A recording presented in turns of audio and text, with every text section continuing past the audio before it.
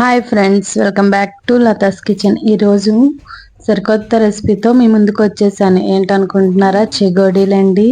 గుర్తున్నాయా? చిన్నప్పుడు ఇప్పుడు బాగా దొరకట్లేదు. ఎవరో ఇంట్లో చేసుకుంటే చేసుకోవడం, కాకపోతే లేదు. బయట అయితే చిన్న చిన్న చెగోడీలు దొరకట్లేదు కదా. నాకెందుకో చేయాలనిపించింది.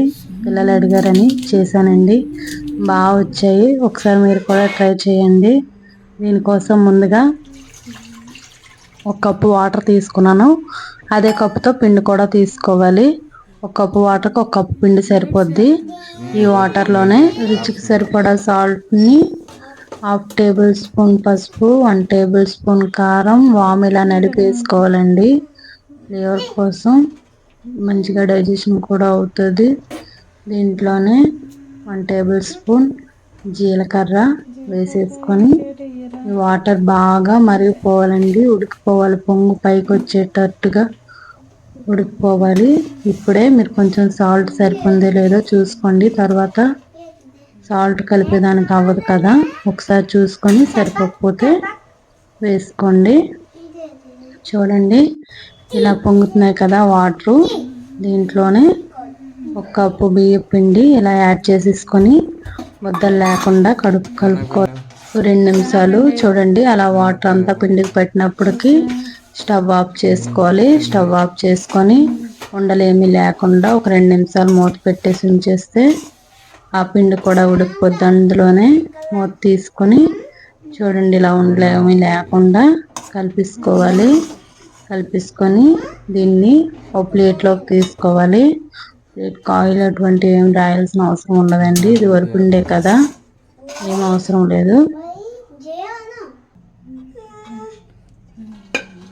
ఇలా ప్లేట్లో యాడ్ చేసేసుకొని మనం చపాతీ ముద్ద కలుపుకుంటే ఇందులో వాటర్ ఏమో వేయాల్సిన అవసరం లేదు. మీరు వాటర్లో కావాలంటే ఆయిల్ కానీ నెయ్యి కానీ వేసుకోవచ్చు. అంతే. దీంట్లో దించినాక దాని వాటర్ దానికే సరిపోతుందండి. ఇలా ఆరిపోకుండా కొంచెం గోరువెచ్చగా ఉన్నప్పుడే ఇలా చపాతీ ముద్దలా కలుపుకుంటే చూడండి, వీడియోలో చూపించిన విధంగా ఇలా వచ్చేస్తుంది. దీన్ని చిన్న చిన్న ముక్కలుగా చేసుకొని ప్లేట్లో అయినా అరిచేతిలో అయినా పెట్టి ఇలా స్టిక్లా చేసుకోవాలి. చూడండి, లేకపోతే మీరు కొంచెం జంతికల గొట్టంతో అయినా వేసేసుకోవచ్చు. జంతికల గొట్టంతో అయితే బాగా సన్నగా పడిపోతుందని నేను చేతులతోనే వేసాను. చూడండి, ఇలా స్టిక్లా చేసేసుకొని ఇలా ఫింగర్కి చుట్టేసి ఇలా చేసేసుకోవడమే. చాలా ఈజీ ప్రాసెస్ అండి. ఒక 2 మనుషులు ఉంటే వేరంగా అయిపోద్ది.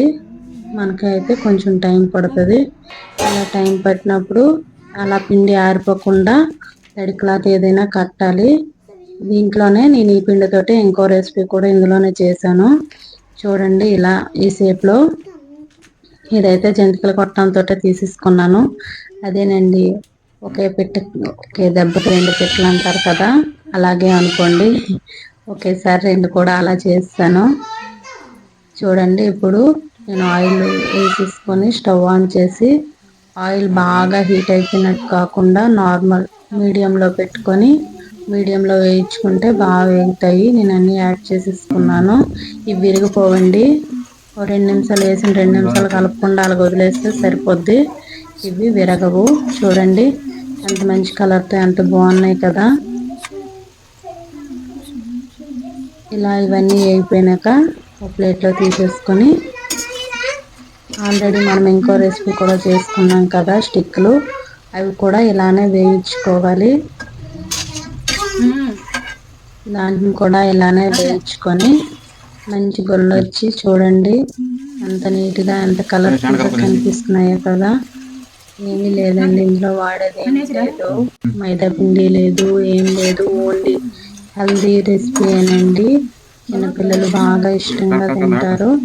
మనం ఓన్లీ ఇందులో వరిపిండి మాత్రమే వాడుతున్నాం కనుక ఆయిల్ కూడా ఎక్కువ పీల్చుకోవు. ఎవరైనా తినొచ్చు. నోట్లో పెడితే కరిగిపోతాయి ఇట్లాగని. మనం ఎన్ని షేపులు కావాలంటే అన్ని షేపులు దీంట్లో చేసేసుకోవచ్చు. నేనైతే ఇక్కడ మీకు 2 షేపుల్లో చూపించాను. అంతేనండి, ఈ వీడియో మీకు కానీ నచ్చినట్టయితే ప్లీజ్ సబ్స్క్రైబ్ ఫ్రెండ్స్, మా ఛానల్ని సపోర్ట్ చేయండి. Thank you.